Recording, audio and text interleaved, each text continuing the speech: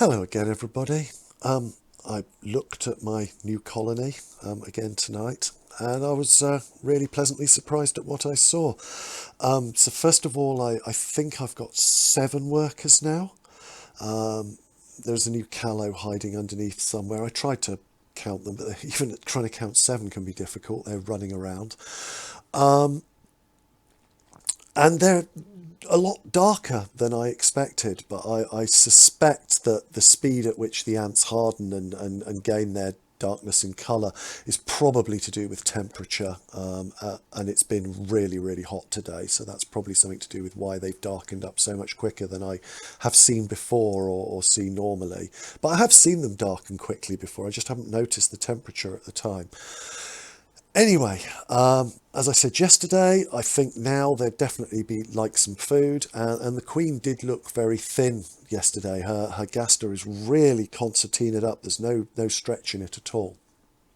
Um, so what I'm doing here is I'm just showing you the food before I put it in. This is next to a British 5 pence piece. Most of my audience are for Britain and will appreciate what I'm comparing it to. But for anyone who's not, the 5p is a tiny little coin in Britain. It's really tiny.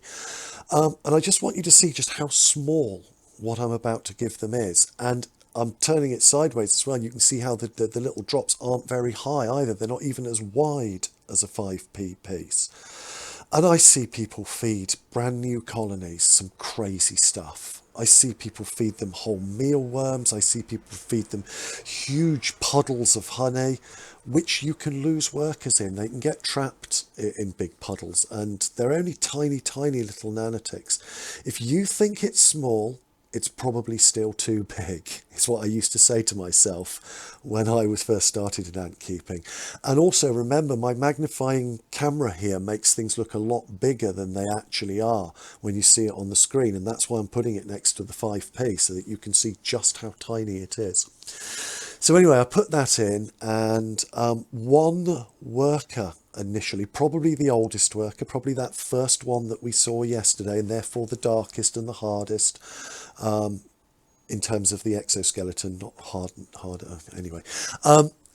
She was the one that went down to drink, and she was the only one that went to drink. And once she had drunk her fill of sugar, she returned and started feeding that through tropalaxis to one of the other workers, another dark worker, so possibly, I don't know, but possibly that second one that we saw yesterday. So they're possibly stocking up the ones that are the hardest in exoskeleton first, because they're less likely to, if anything does happen, they're more likely to survive perhaps a catastrophe or whatever. Anyway, she then went back again to get some more and came back again, tropalaxis with another worker.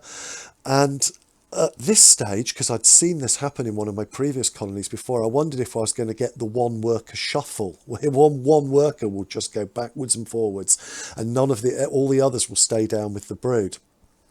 But eventually the queen, she must have done tropalaxis with the queen. The queen got wind that there was sugar on the go.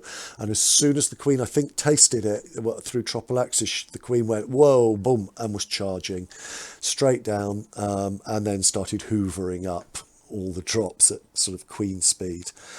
So anyway, yeah, I'm really pleased that that's got some sugar into them, and this is all they need. I mean, they are definitely not going to starve now they've got that amount of sugar in them. I could leave them a week and they'd be fine. I won't. I'll feed them another small feed, maybe tomorrow, maybe the next day. I'll have a look at how fast they finish this one.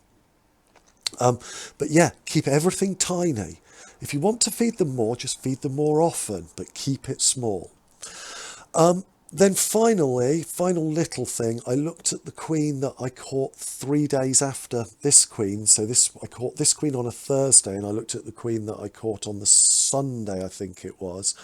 And yeah, she's almost got workers. I can see there's some very, very dark brown pupa in there, which I predict will be workers tomorrow, Wednesday, sometime maybe Thursday. But yeah, there's going to be workers there probably about 3 to 4 days after the other one.